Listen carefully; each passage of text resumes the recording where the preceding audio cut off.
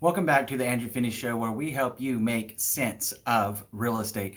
My name is Andrew Finney, your real estate geek. I'm looking forward to answering any and all questions that you guys have today. Thank you for tuning in. So let's go ahead and take a look over here with the comments that have come in over the past week and answers. I really appreciate your patience with me, by the way, as I'm learning to get my YouTube live stream skills down, and we will definitely be making it better in the future. Okay, so let's take a quick look at what we have going on today. Now, one of the questions that seem to keep popping up is how long does it take to get a loan pre-approval letter? And answer that question in short. When you're looking at getting a loan pre-approval letter, it's not as quick as some of those things on television that you see with ads that say, "Hey, guess what? Get a loan pre-approval letter in as little as 15 minutes." That's just not the case, guys and gals. What you're looking at to get a bona fide loan pre-approval letter is submitting your last 2 years tax returns to the loan officer, your most recent 2 months bank statements, 1 month of your pay stubs, along with your photo identification and also with your social security card. You have to have all of that stuff going so that you're able to get that loan pre-approval process started. Now, whenever answering the question, how long is it going to take? It depends on how fast you're able to get that information over to your local loan officer. If you get all that information over to them right away, then what they're going to do is they're going to take a look at it and they're going to let you know of anything else that they might need to request from you to help make the decision and how much home loan that you can get approved for, along with the time frame that you're going to be looking at. If you get everything done correctly and you get all that information turned in right away, what you're going to find is that the process is pretty painless and pretty quick when you're working with a local loan officer. And generally, the loan officers that I work with here in Las Vegas, they're able to kick out a loan pre-approval letter in as little as an hour or less if the buyer has uploaded all the documentation needed and if it's nice and a clean file as far as anything else that's needed to be requested. Some of those things that are generally needed to be requested as additional information include, like, if you have student loans, if you have an alimony, a child support, a bankruptcy, a past foreclosure, or a short sale. They'll need to square away those documents before they're able to issue you the loan pre-approval letter. So now I see that we have some people joining in right now. Thank you. So if you have any questions, please let me know. I have my chat screen up so I can answer the questions that you may have today, and go ahead and move on with looking through some of these other great questions that we've been getting in.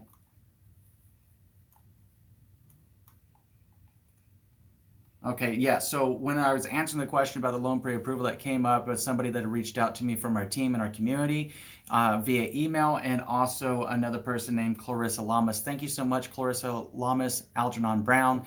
Thank you both for asking me such wonderful questions.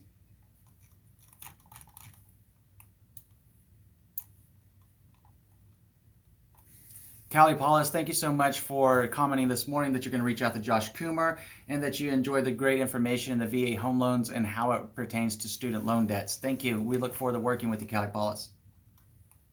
Dag Ramirez, thank you. Generation Z from Florida, commenting on the video released yesterday with 5 housing trends impacting first-time home buyers. Thank you so much. It's a lot of fun. And you said that Florida is getting a little bit hectic and busy. I think that's the case everywhere in the United States right now as our country continues to grow. So you're saying keep away from Florida, huh? Well, anyways, thank you so much, Dag, for commenting, and thank you so much for your wonderful comments. I'm glad that my channel and my videos are appealing to Generation Z already, too.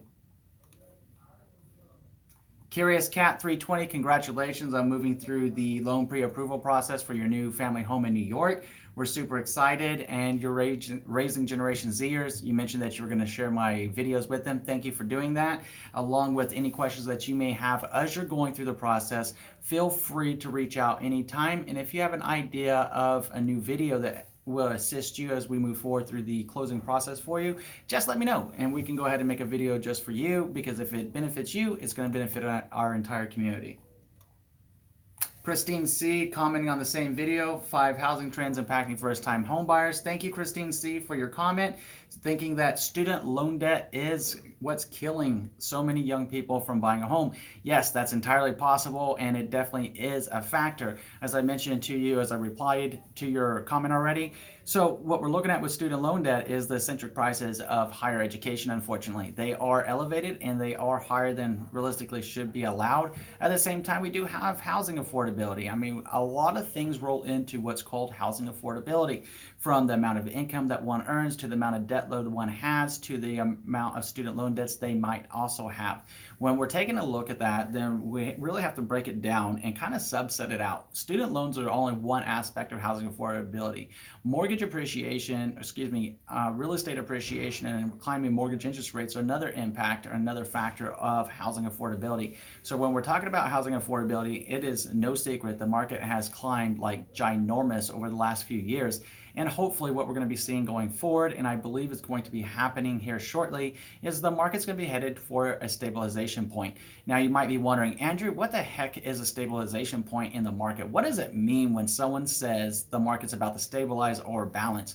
What that generally means is, like here in Las Vegas, Nevada, for instance, the real estate prices since January of 2018 to current, which is August 2018, we're looking at market appreciation of about 15% since the beginning of the year. Now, that is far too much. That's just way too rapid and way too quick. Historical norms that have been factored over the last 100 years say that the real estate market appreciates on average 3% per year, year over year. So when we're talking about 15%, that's just crazy, right?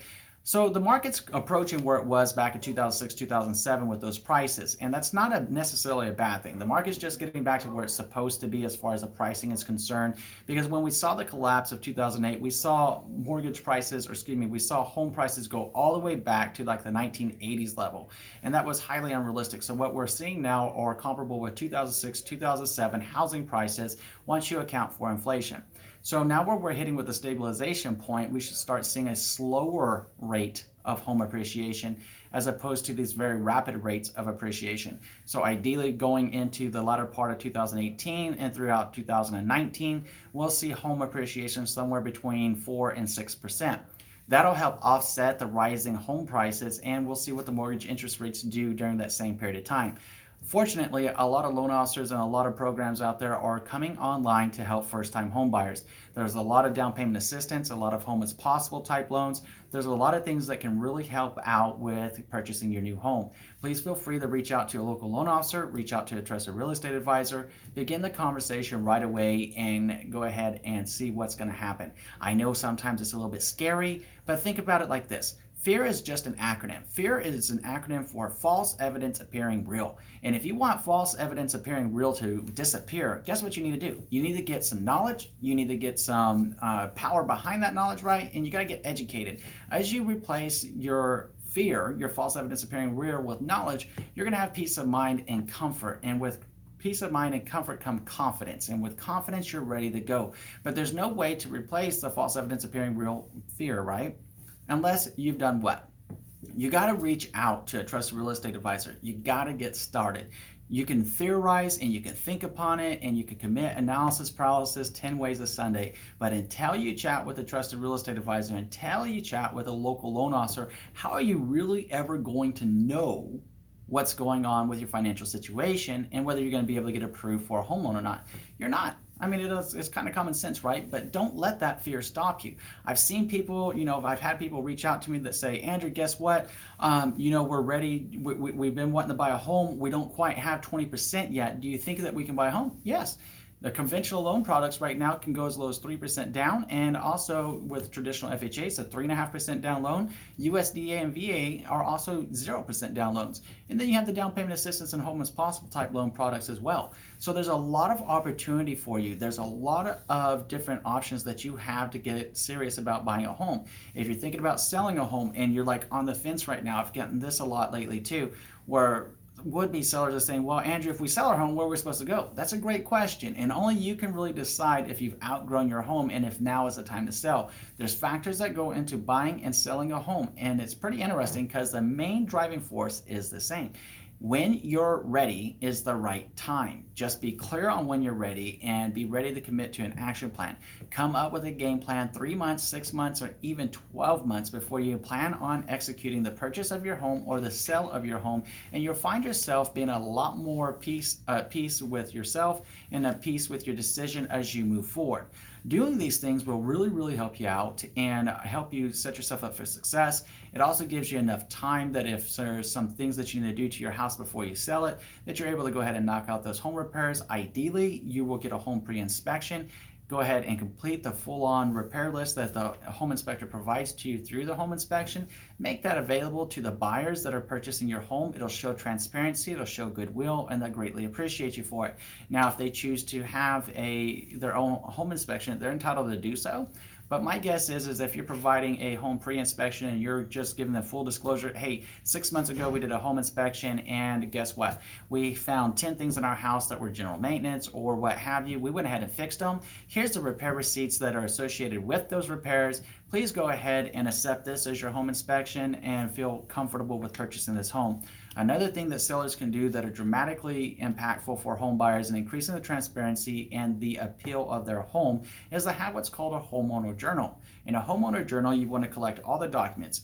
Let's say that you had bought a new home. With a new home, you have what? Builder documents. Make those available in the homeowner journal. Make your manuals to your appliances available in your homeowner journal. Make your maintenance records available. Make it all available so that the incoming buyer that purchases your home will have peace of mind and clarity through the entire process. You'll find one very comfortable buyer with purchasing that home, and you'll be one very comfortable seller selling that home, knowing that you've done everything right and taken all the steps to get your home sold. So these kind of things are very, very impactful whenever you're looking at real estate in practice.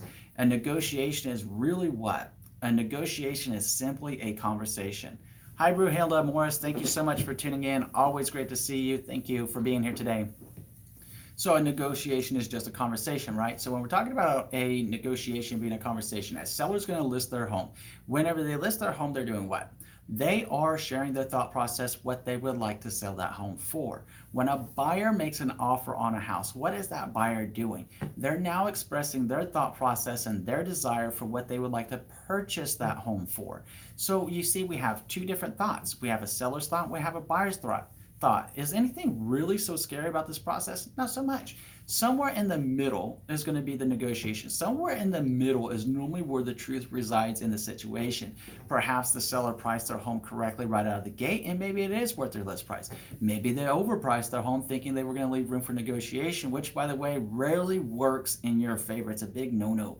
So please, if you're selling your home, don't do that. Just price it right out of the gate and you'll find yourself much more successful. And then sometimes you get the sellers that want to go ahead and get the home sold as quickly as possible. Maybe they're preparing to purchase another home. So what they have done is they have priced their home maybe 1% or 2% under market value. And you might be saying, Andrew, aren't you a real estate agent? Yep. I'm a trusted real estate advisor. That's the way I look at it, is I advise you with the best advice possible to help you make a well-informed decision by answering your questions that are most important to you. So where I'm going with that is you might say, oh, that's kind of a salesy thing to say to underprice the market. Not really, because statistics have proven that about even in a strong seller's market like right now, a third of all homes that go on the market will come off the market without selling. A third of all homes that go under contract and enter the closing process will fall out of the closing process. So we have two different things going on there. Number one, why are a third of homes leaving the market without selling? That's because of overpricing, or because you thought that you get some sellers out there, and I'm sure that you've seen these kind of listings online as you're looking for homes or looking through homes, where they're just nasty. I mean, that is not something that you want to hear as a seller, is that, hey, guess what? We thought we were going to like your home, but your home is nasty and it stinks.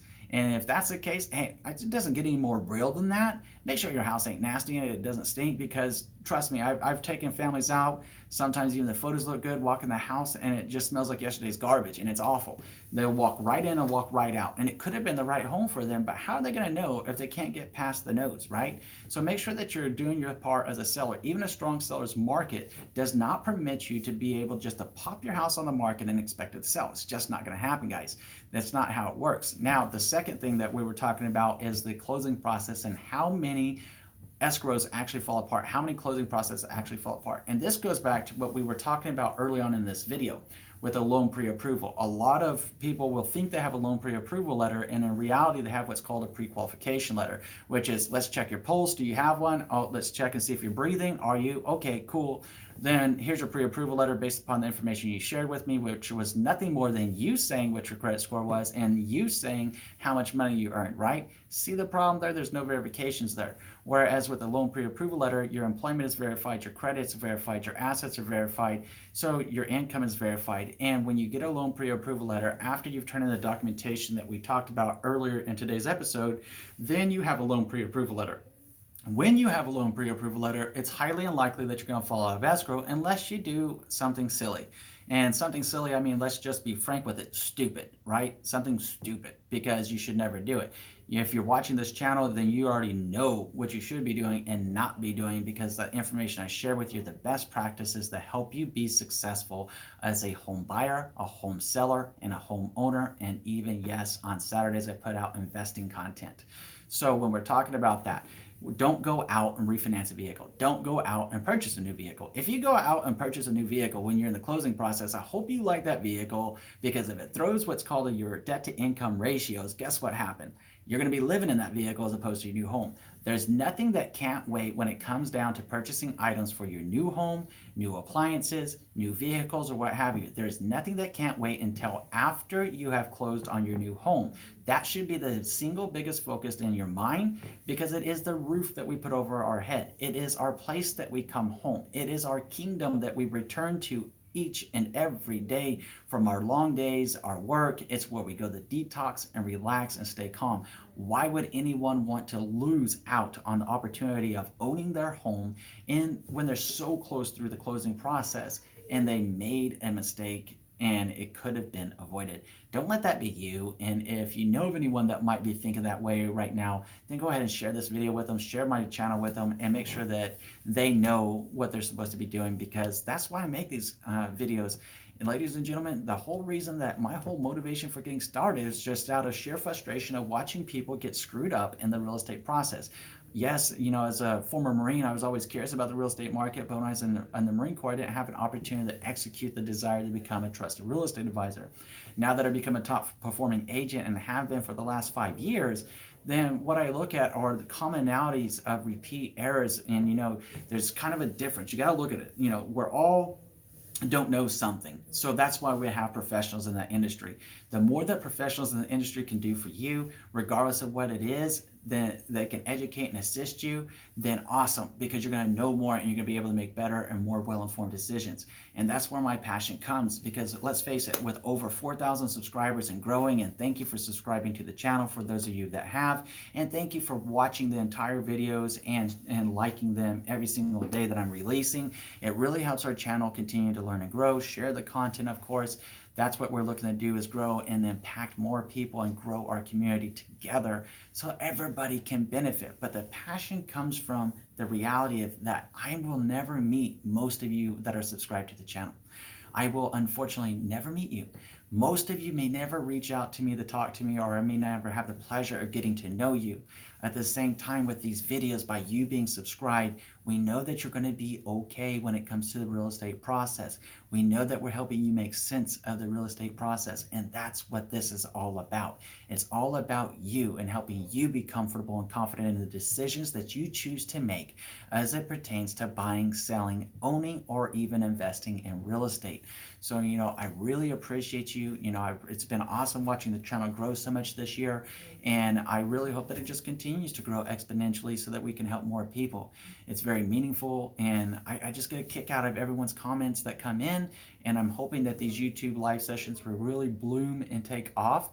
Of course, I got some work to do to get even better at the YouTube lives, but the point being that this is a whole new level of engagement. It feels very personal, almost like if you were right here today, right now in my office with me, and we're having this conversation. We're just kicking back, two people, answering questions that you might have, and you tell me what's on your mind and what you're thinking. Anyways, it looks like we've been going for about almost 19 minutes, so I'm going to go ahead and cut this one short today. So if you have any questions or if you have any concerns about real estate, please leave them for me in the comment section below. And in addition to replying to your comment, I will also make top priority of answering your questions in the next live video. So just for reference, I do go live every Wednesday at 10 a.m. Pacific Standard Time. I'm looking forward to seeing you again soon. Oh, what's that? Alyssa, Noel. When I viewed my first open house and the realtor called me a kiddo, lots of laughs. Okay, yeah, that was kind of interesting why a realtor would call you a kiddo, right? I'm not completely understanding that one. Anyways, Alyssa, thank you so much for commenting when you viewed your first open house. You know what? Go to as many open houses as you want. And, Generation Z, 1995 to 2010 it is, they're coming up, and they're coming up fast and strong and furious. Then we have the millennials. A lot of millennials are turning 33 this year. First-time home buyers are averaging are generally 33 years old when they first buy their home. So none of you are kiddos. I'm Generation X. I know I'm showing my age a little bit probably these days. At the same time, it's all about respect. It's all about dignity. It's all about helping you. And I'm so glad for everyone that's subscribed, and so grateful for everyone that's subscribed to the channel and watches the content and is learning and growing for it, because it's all about bringing up the standards of professionalism in the real estate world. And the only way to do that is to get you the true scoop. Because going back to the fact that I will never meet most of you in person, we may never have the pleasure of getting to know each other, but by virtue of you watching these videos consistently, you know who I am. And by that, you know what a top agent should be and what you should be expecting from them. And as you expect more from your real estate professional, guess what's going to happen? They're going to have to deliver it to be able to stay in business, because it's no secret. Real estate agents are a commission business. Only the strongest will survive, and only the fittest will survive. In fact, 87% of people that get the real estate license today will be out of business in the next 6 to 12 months. The attrition rate is that high. It is not an easy business to be successful in. That's a different story altogether. ATA87, thanks, Andrew. I've been watching and learning from your videos for a few weeks now. Thanks for sharing and helping first-time homebuyers like myself. You're very welcome, ATA87, and thank you so much for watching the content. I really hope that it's helping you better understand the real estate process and what to expect. Of course, I'm always available to you. If you need help finding a top agent where you live, you can reach out to my top agent network and go ahead and make that happen for you. Anyways, I'm going to go ahead, like I was saying a few minutes ago, and cut this one down short. If you have any questions, you have any comments, there's things that you want to see in next week's live episode, please, of course, tune in next Wednesday at 10 a.m. But leave them for me in the comment section below, and we'll make sure those are the first questions we answer next week. In between now and next time, I'm wishing you and yours a lifetime full of love, wealth, abundance, and happiness. Thank you for being here, team, and enjoy an amazing day.